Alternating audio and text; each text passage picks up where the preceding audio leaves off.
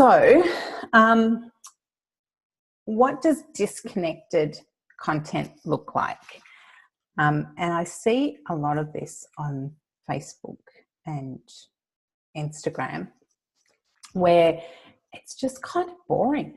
It's like you don't want to stop. And if you do, if you just like, I want to see what that's about, and so you read a little bit, it leaves you with nothing. It leaves you with no emotion. It doesn't change anything for you. It doesn't make you laugh. It doesn't make you sad. It doesn't make you driven or motivated or feel inspired. It doesn't do any of the stuff. It's just like meh. And I call it vanilla. It's like, it's just vanilla. It's just meh. It does nothing for me. There's no spark. So often posts that are kind of old school, that old mentality of trying to sell something to someone, where they list like, here's a feature, here's a benefit, here's a feature, here's a benefit. And I can remember when I started my working career in the National Bank, and I worked my way up from the back office to the front office, and I was a teller, and I was like, oh, I made it now. And then I was so super excited because I was getting to play with all the cash and everything. And then they wanted me to sell. And I was like, I didn't count on this. I didn't know about this. So it's okay. We'll send you to training. And it was like, here's a feature, here's a benefit, here's a feature, here's a benefit. And I'm like, that's just like, so even back then I got that it didn't connect. It wasn't relatable for people. And I probably wouldn't have articulated it that way at the time because I was pretty young. But you can't sell like that. It's like too rigid, too structured, and it doesn't do that creating an emotional change for people or invoking something in them that is like a physical reaction. So if I can make you laugh, for example, then you're kind of going to feel like you want to connect, that you are connected with me, because I've done something that's evoked a reaction in you. Something else that doesn't connect is where the offers that people put out into the world are disconnected from the value content that they create. So what I'm talking about here is if I say, for example, so let's say I'm trying to sell my journal cards. Okay, so it's all about mindset, and it's all about doing the mindset work and creating a ritual each day that makes sure that you're in the best spot in terms of your mindset and being able to combat all the stuff that comes up and all of that. Okay, so here's my journal cards, but I'm not talking about that stuff in my content, in my free value content, in my tips, in my trainings, in my webinars, all of that stuff. All of that stuff I'm talking about might be like technical Facebook ads and stuff like that. So can you see how it's not connected? So I'm not offering really great value that gives you the mindset work for free and creates those little transformations as we go along our journey that lead you to then wanting to buy the thing. Does that make sense? So your value content has to be linked to your offer content, to your promotional content in some way. And this is why our pillars of content, keeping it down to 3 or 4 topics is really helpful because it gives you that guideline, The other thing that people often do is make the mistake of creating content that they think people want to know about, and they don't listen to their tribe, and they don't listen to their clients, and they don't do any market research, and they're just kind of on this blazing trail of getting this, what they want to deliver to the world, what their mind, their ego mind says this is what the world needs. And in terms of how that translates when people are picking that content up, it's like it has no actual real value. And often what it will be is that we're talking to the problem beyond the problem.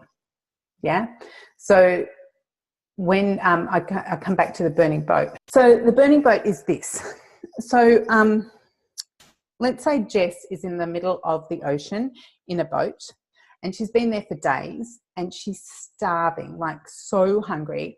And if she's anything like me and she's always eating, that's like the end of the world. And so the only thing that she can think about is not how's she going to get home, or, you know, is she getting sunburnt, or any of the stuff. It's that she's fucking hungry and she needs to eat. And so along comes Min in her speedboat, pulls up beside her and says, Jess, what are you doing? Can I help you with anything? Like, what's your problem? And Jess straight away says, my problem is that I'm starving. I'm so hungry. I need to eat. I'd do anything for a big roast chicken roll now with gravy and chips on the side. I don't know where that came from. That's what she wants. So Min waves her magic wand, because she happens to have that in her speedboat, obviously. And there is a chicken roll with gravy, chips on the side. No chicken salt, because that's MSG and nobody needs that shit, right? So that's what she gets. And Jess is like, oh, thank you, Min, you've solved my big problem, okay? The perceived problem. That's what Jess perceives is the big problem that needs solving right now. But what Jess doesn't realise is that her boat is on fire, and she's about this far away from dying, burning to death, or like the boat's just going to tip her out and she's going to drown. Well, obviously she wouldn't be able to swim in the story. It's my story. That's how it's going. So Min says to her, Jess, listen, you know, it's great that you've got the role and you've got the food that you need and your problem solved, but actually your boat's on fire, and the real problem is that you're about to die. So that's the problem beyond the problem, right? Jess doesn't even see that that's the big problem that she needs to have solved right now. She thinks she's just starving and she needs some food. So Min gets her in a speedboat, takes her away, gives her another chicken roll. Everyone's happy, right? But if our content talks to the burning boat and not the need for food, then the person that's starving is not going to care and is not going to hear and is not going to get that message. It's not going to connect with them, right? So we need to make sure that we're always bringing it back to the actual problem that people feel needs to be solved. Whether or not it's the real problem, it doesn't really matter. You can get to the real problem later. Another thing that people tend to not get right is, we're doing a lot about the not getting right bit. I'm going to do the right bit, what you need to do. This is what you don't need to do. So another thing is that they don't include any emotion. They don't include any, and I'm talking emotive words, you know, not just in their video where you see, and I always do this. If it's something that I'm really into, when I'm talking, the hands go, it's like I suddenly become Italian. I'm not Italian. So they don't allow themselves to include emotion. So actual emotive words, you know, like the word sickened. If someone uses the word sickened, you immediately go to your stomach, don't you? Those are the kinds of things. Don't use the word excited. I'm so sick of women. I'm sickened by the number of women who are so super excited to bring you their latest thing. Like, fuck off. You can't be that excited. Because, you know, your mate down the road was excited yesterday, and tomorrow I'll be getting another email where someone is so excited. There's got to be other words. Let's be creative, you know. Let's just say things in a different way, because as soon as I hear that, I'm just like, I don't want to read the rest. If I read that in a email preview, I'm so excited. I got one this morning, came through this morning, and it was like, I'm super excited to deliver or offer you. No, I don't care what it is. I'm not reading it. Delete. I never open them. So that's my little soapbox for the day. Don't be super excited, because no one wants to get on board that, because it doesn't. If you act excited, if you do the whole, you know, happy dance thing or whatever it is, say that, you know, I'm doing a freaking happy dance here in my pajamas because today's the day the thing comes out and I can't wait to tell you all about it. That says that I'm excited, but it doesn't use the word. Do that. So what does it look like when it is connecting?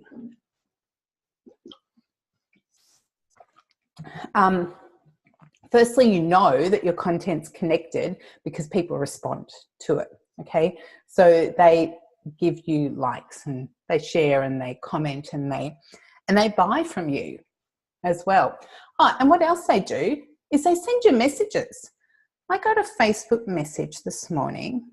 It's coming up in my content, don't you worry. I've screenshotted this baby and it's going out into the world, but you can be the first ones to hear about it. Got this message from someone who's been in my tribe for like about 5 minutes, never bought from me. I actually kind of had to do a bit of a Facebook stalk to see who it was.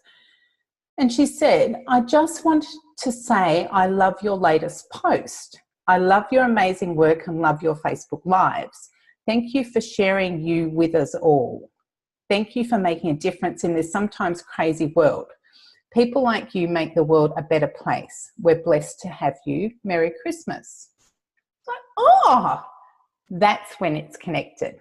So she's obviously seen my latest live stream. When did I do that? Was it last night? Last night, wasn't it? Yeah, the one with the shorts where I look like I had nothing on. That's, yeah. So she's seen that and it's resonated somehow. Something has resonated and she's thought to message me, which is beautiful. Which brings me to a point that I was going to get to over the page. Don't be afraid to look like you've got no clothes on.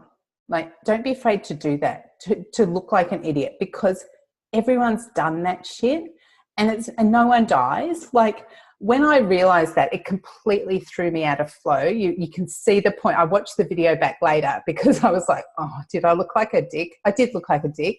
And I can see it when my eyes go down. I'm like, oh, that's not cool. Like, it actually looks like I have no pants on. And it threw me.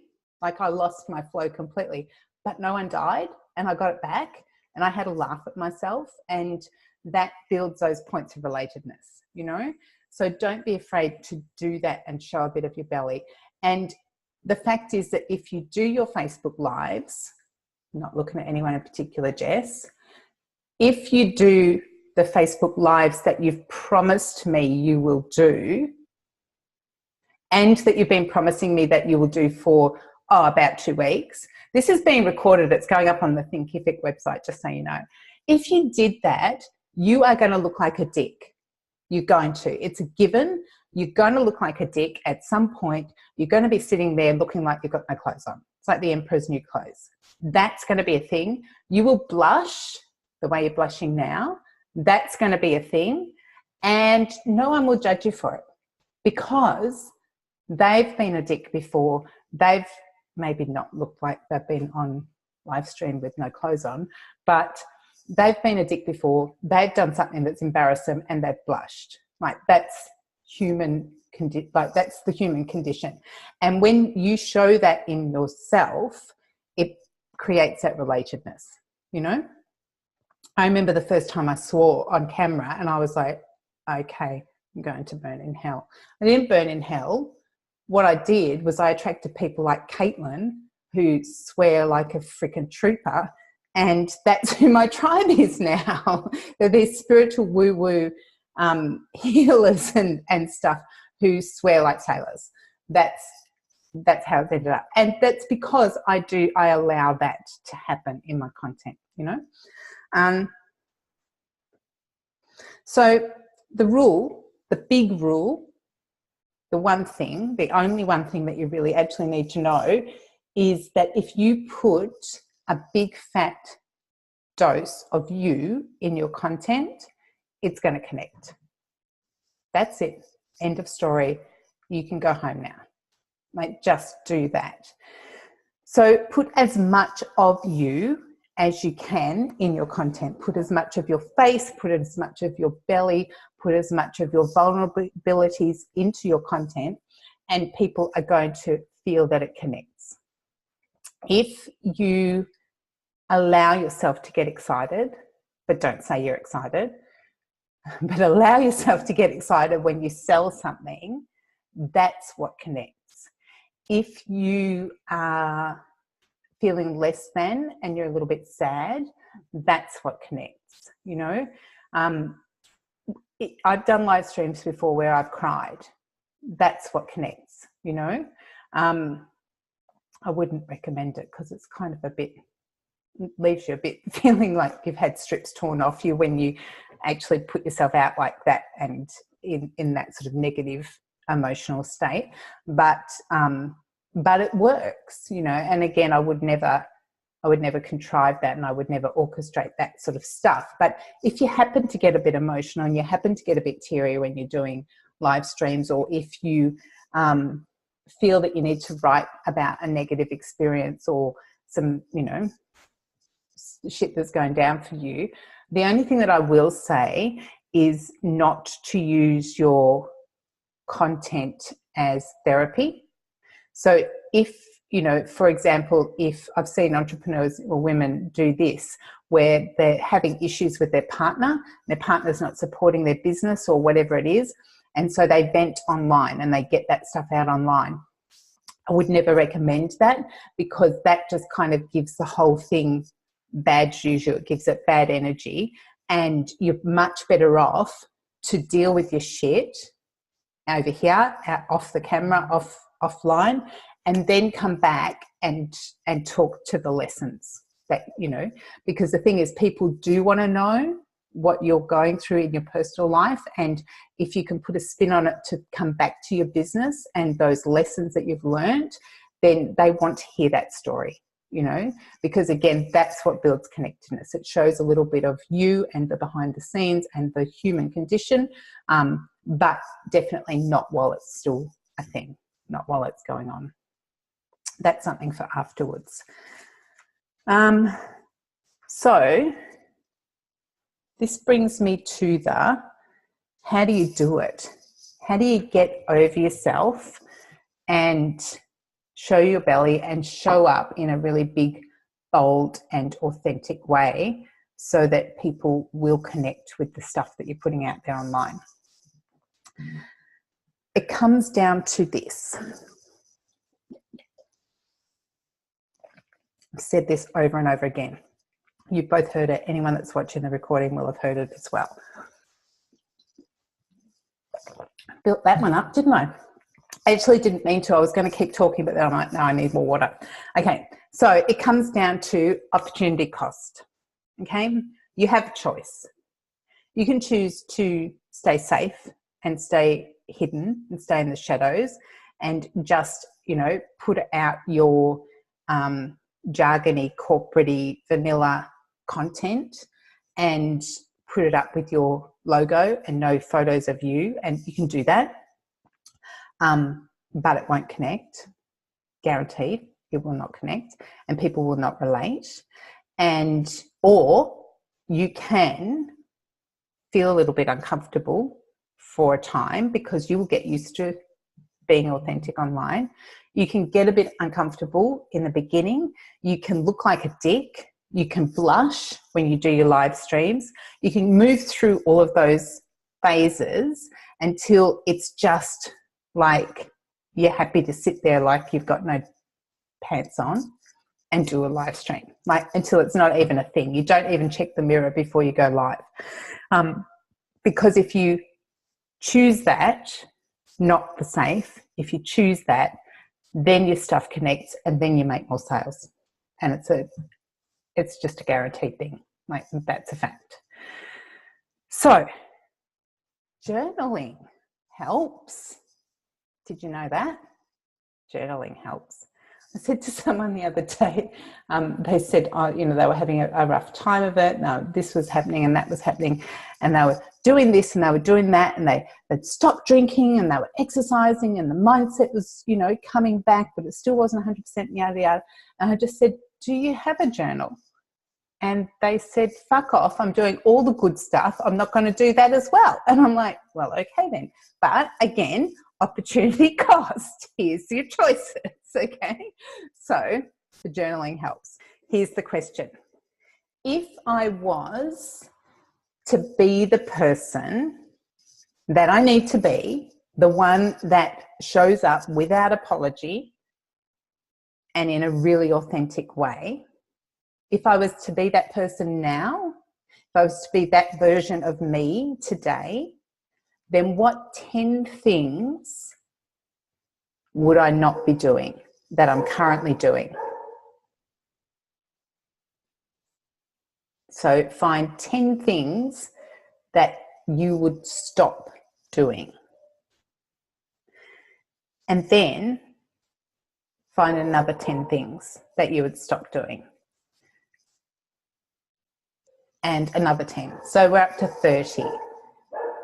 Until you actually can't think of anything else that you would stop doing. And so the next question is, if I was to be that version of myself, the one that showed up unapologetically and the one that showed up in the way that I know I should be showing up, what are 10 things that I'd be definitely doing? So I'm going to stop doing this and I'm going to start doing this. This is what that version of me would be doing today. And again, another 10, and again, another 10. Until there are no more things.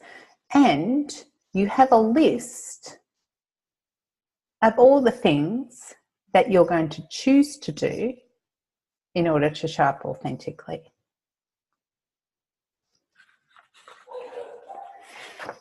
And then you'll be connecting, and then you'll be making money.